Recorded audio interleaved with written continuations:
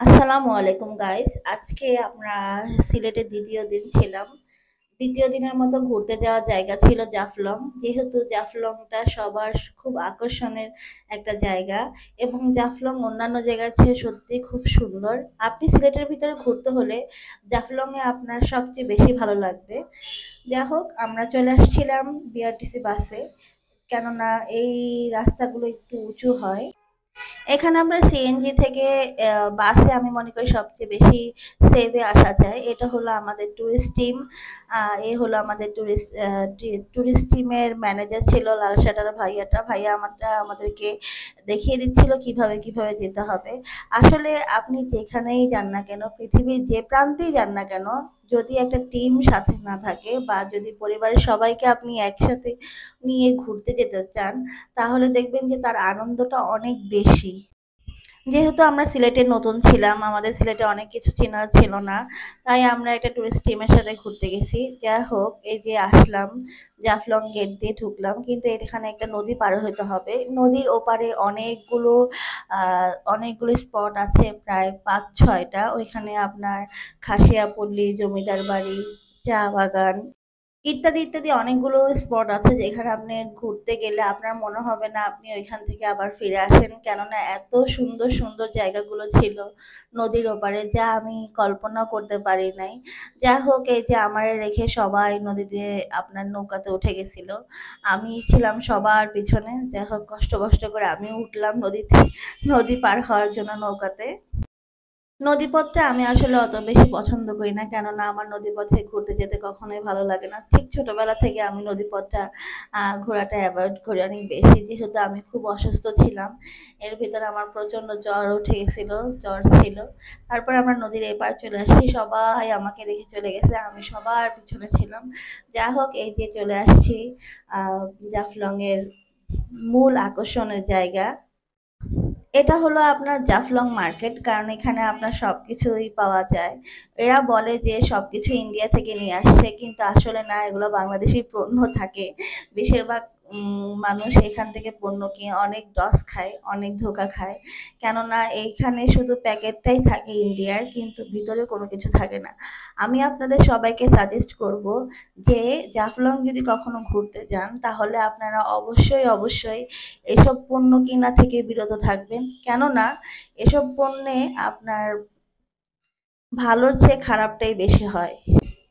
তবে আপনি যাবেন ওখানে শুধু খেতে, কেননা এখানের খাবারগুলো মাশাল্লাহ মাশাল্লাহ এত সুন্দর, এত ফ্রেশ খাবার, কিন্তু খাবারের দাম ছিল অনেক অনেক বেশি, অনেক বেশি এক্সপেন্সিভ। শুধু ৪টা না ৫টা আইটেমের ভর্তা দিয়ে আমরা জাস্ট খাইছিলাম। এখানে প্রায় আমাদের ৩ প্লেটে ১,০০০ প্লাস বিল চলে আসছিল। যাই হোক, খাবারটা অনেক টেস্টি ছিল, ইয়ামি ছিল, এই জন্য ওটা আমাদের আর গায়ে লাগে নাই। যাই হোক, খাবারটা দেখতেই অনেক লোভনীয়, দেখেন গাইস, এত সুন্দর লাগছিল। তখন আর আসলে প্রাইসটা কেউ জিজ্ঞাসা করে নাই, আমরাও আর জিজ্ঞাসা করি নাই। এখানে অন্যান্য আইটেমের চেয়ে মাছ মাংস বা গরুর মাংস বা পাহাড়ি মুরগির চেয়ে সবচেয়ে বেশি মজাদার খাবার হলো ভর্তা আইটেম, কেননা এগুলো পাহাড়ে আপনার নিজে থেকেই উঠে, এবং এই সবজিগুলা কোনো চাষবাস করে না তারা, নিজে থেকে কিছু এমনিতেই আপনার গাছে ফলন ধরে। আল্লাহ তাআলার অশেষ অশেষ রহমত এবং অনেক সুন্দর জায়গা। যা হোক, আমরা খাওয়া দাওয়া শেষ করে জামা কাপড় চেঞ্জ করে চলে আসছি সবাই নৌকায়, কারণ আমরা এখনো আহ জাফলং এর সেই আকর্ষণীয় জায়গায় যেয়ে উঠতে পারি নাই, এখনই আমরা যাচ্ছি। খাওয়া দাওয়া শেষ করে আবার সবাই আমরা একই টিমে একই নৌকায় চলে আসছি। এটা ছিল আমাদের ফুল টিম। এখানে এই যে নৌকায় আমরা সবাই উঠতেছি এক এক করে। যা হোক, অনেক সুন্দর লাগতেছিল, অনেক ভালো লাগতেছিল। এখান থেকে আপনার নদীটা পার হলেই আমরা ইন্ডিয়ার বর্ডারের সবকিছু দেখতে পাবো, আর ইন্ডিয়ার মানুষজনকেও আমরা দেখতে পাবো, এটাই বলতেছিল আমাদেরকে মাঝি। সিলেটের আপনি যে প্রান্তেই ঘুরতে যান না কেন, সিলেটের ভিতরে সবচেয়ে মূল আকর্ষণের জায়গা হলো এইটাই যে আপনার আপনি সরাসরি ইন্ডিয়ার সবকিছু দেখতে পারবেন এবং আমরাও দেখতে পারছি। কেননা এখান দিয়ে সুন্দর মানে এত সুন্দর লাগতেছিল ভিউটা। ওখানে ইন্ডিয়ার পতাকা উঠতেছে, এই পাশে আমাদের বাংলাদেশের পতাকা উঠতেছে। আমি আমার ভিডিওর প্রায় শেষ প্রান্তের দিকে দেখাবো যে এত সুন্দর লাগতেছে। তারপর ইন্ডিয়ার পুলিশের সাথে আমরা কথা বলি। তারপর আমরা চিন্তা করতেছিলাম যে যখন নৌকায় বসেছিলাম চিন্তা করতেছিলাম যে আসলে আমাদের কেমন লাগবে বা ওখানে গিয়ে আমরা কি কি করব। সবার এক ধরনের মুড অফ হয়ে গেছে, কারণ এত রোদ ছিল, এত রোদ ছিল, যে রোদের কথা আসলে আমরা কল্পনাও করি নাই। কিভাবে যে মানে সময়টা পাস করবো বুঝতে পারতেছিলাম না কেউই।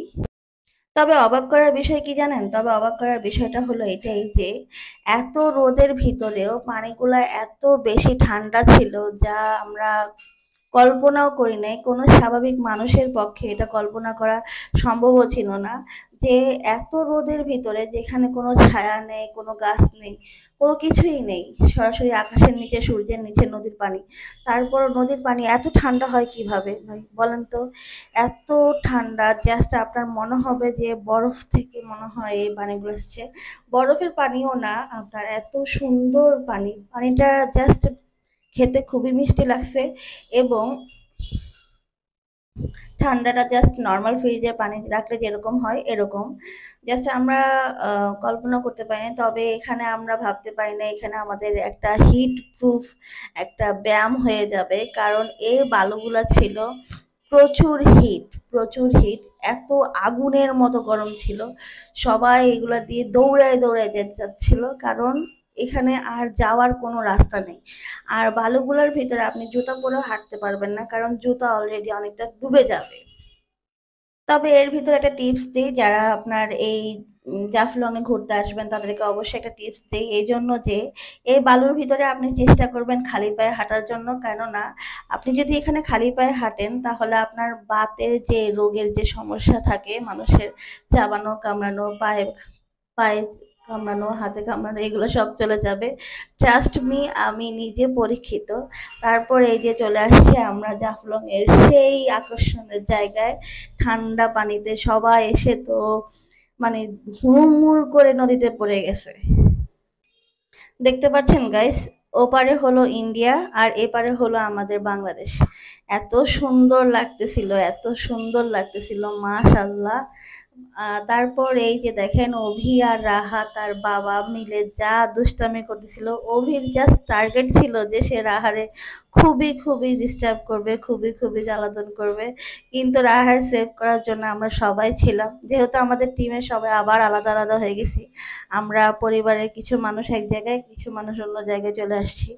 অভি জাস্ট শুধু রাহারে ডিস্টার্ব করার জন্য, শুধু রাহারে ভিজানোর জন্য, ওর টার্গেটটা ছিল শুধু রাহা। কিন্তু রাহারেও ভিজাতে পারি নাই, কারণ রাহারে আমরা সবাই মিলে সেভ করতেছিলাম। পরিবারে দু চারজন এরকম দুষ্ট বাষ্ট বান্দর বান্দর থাকেই, কারণ আমি এগুলোর জাস্ট বান্দরই বলবো। কেননা যে কারণ ওরা এত বেশি দুষ্টামি করতে চায় বা এত বেশি দুষ্টামি করে, পরবর্তীতে হয়তো বড় হয়ে গেলে একটা সময় ঠিক হয়ে যায়। কিন্তু বিশ্বাস করেন গাইস, ওরা এত, ওর এত বেশি ইয়া ছিল যে ওরা হারেই ডুবাবে। আর পাথরগুলো এখানে মোটামুটি মাশাল্লাহ অনেক ফ্রেশ ছিল। পানির নিচে এত সুন্দর একটা ভিউ ছিল, যেটা আপনি যদি এখানে না যান তাহলে বলতেই পারবেন না, বুঝতেই পারবেন না তার আনন্দ। আমি মনে করি যারা ধরেন ঈদে একটা লং ছুটি পান, সরকারি চাকরি যারা জীবী যারা আছেন, তারা অবশ্যই অবশ্যই ঘুরতে যাওয়া উচিত। কারণ ঘুরতে গেলে মানুষের অনেকটা মানসিক শান্তি হয়, কারণ মানসিক শান্তি হওয়াটা অনেক বেশি প্রয়োজন। এ হয়েছিল বাংলাদেশের বিজিবির একজন সদস্য।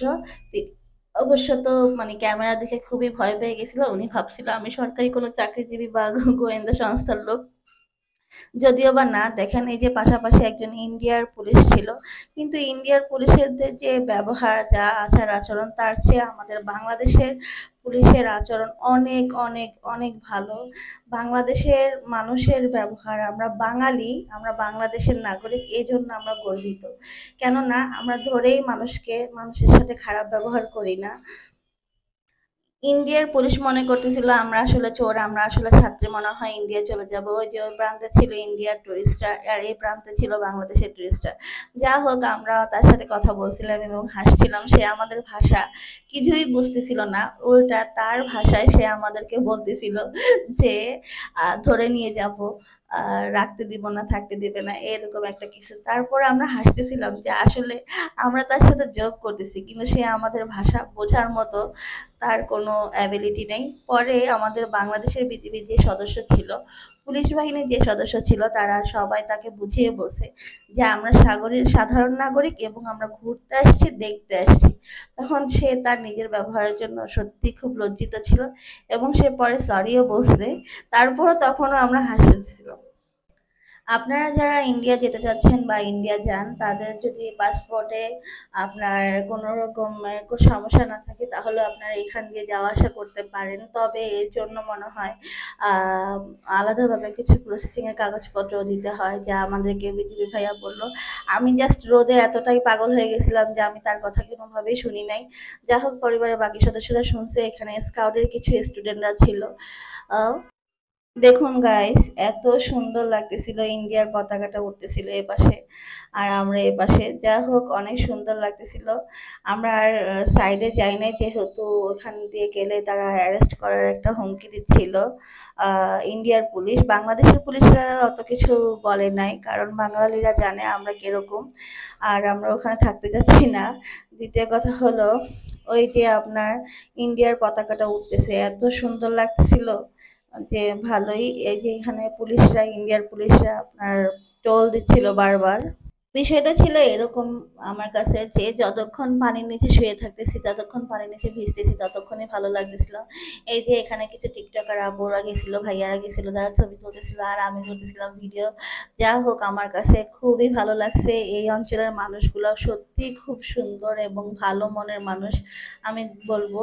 কেননা সিলেটের ব্যবহারটা অনেক ভালো লাগছে, আমাকে খুবই উদ্বুদ্ধ করছে, অনেক বেশি আহ আপ্যায়নিত ছিল তারা। এবং রিক্সার ড্রাইভার, যেহেতু এই কথাটা না বললেই না, আমাদের অঞ্চলের রিক্সা, সিএনজি এবং অন্যান্য যানবাহন, লোকাল যানবাহন যেগুলো আছে, তাদের আচরণ আর সিলেটের অঞ্চলের লোকাল যানবাহনের যারা ড্রাইভার ছিল তাদের আচরণ সত্যি খুব ভিন্ন ছিল। এবং আমি মনে করি এটা একটা সম্মানের পেশা। যারা রিক্সা চালক, ড্রাইভার আছেন এবং সিএনজি ড্রাইভার আছেন, এটা একটা অবশ্যই একটা সম্মানের জায়গা। তাদের পেশাকে আমি অবশ্যই সম্মান করি। তবুও আমাদের অঞ্চলের মানুষজন থেকে তাদের অঞ্চলের মানুষজনগুলা সত্যিই খুব ভালো ছিল। এই যে আমরা প্রায় চলে আসছি, এই যে ইন্ডিয়ার 0 কিলোমিটার দেখা যাচ্ছে এখান থেকে। তবে এত সুন্দর জায়গায় অবশ্যই অবশ্যই পরিবারের সবাইকে নিয়ে ঘুরতে আসবেন, কেননা এত সুন্দর জায়গাটা যদি আপনি মিস করেন তাহলে আমি মনে করব জীবনে অনেক কিছু মিস করে ফেলছেন। আমরা আসলে দেখতে যাই, দেশের বাহিরে ঘুরতে যাই, ট্যুর করতে যাই। আমাদের দেশে যে এত সুন্দর সুন্দর জায়গা থাকে, এত সুন্দর সুন্দর প্লেস আছে যা আমরা জানিই না। আমি যদি সিলেটে না আসতাম তাহলে আমার হয়তো কখনোই এই অভিজ্ঞতা হতো না। তবে যাই বলেন ভাই, যতটুকু ঘুরছি, যতটুকু ফিরছি, খুব আনন্দ লাগছে, খুব ভালো লাগছে। এবার যখন পাহাড় উঠার সময় হয়ে গেছে তখন আসলে বুঝতেই পারি নাই, কারণ আমরা এক গেট দিয়ে ঢুকছিলাম এবং অন্য গেট দিয়ে আমাদেরকে বের হইতে হয়েছে। আমরা যেহেতু সবগুলো জায়গায় ঘুরছিলাম, সবগুলো জায়গাতে ঘুরতে গেছি, সেহেতু আমাদের মানে মোটামুটি অনেকটাই আপনার ঘোরার প্লেস ছিল। সুন্দরভাবে আমরা ঘুরছি। তারপর ঘোরাটোরা শেষ হওয়ার পরে যখন পাহাড় দেখতেছিলাম তখন ভাই বুঝতে পারতেছিলাম এই যে উঁচা পাহাড়টা সম্পূর্ণ হেঁটে হেঁটে উপরের দিকে উঠতে হয়েছে। এটা সত্যি খুব কষ্টের ছিল এবং খুব আনন্দের ছিল। যতটা না কষ্টের ছিল ততটাই সুখের ছিল, ততটাই আনন্দের ছিল। মোটামুটি রোদের ভিতরে ভালোই একটা ভালো ব্যায়াম হয়েছে। যা হোক আমরা সবাই সুস্থ মতন ফিরে আসছি। অবশ্যই অবশ্যই সবাই আমাদের জন্য দোয়া করবেন। এবং যদি আপনি এইখানে ঘুরতে যান তবে এই সময়টা হলো সবচেয়ে বেশি সুন্দর সময়, কারণ না বেশি রোদ থাকে, না বেশি আপনার শীতের সিজন থাকে, না বর্ষা থাকে। মোটামুটি বসন্তকালে আপনি এই জায়গাগুলোতে ঘুরতে পারেন। ধন্যবাদ।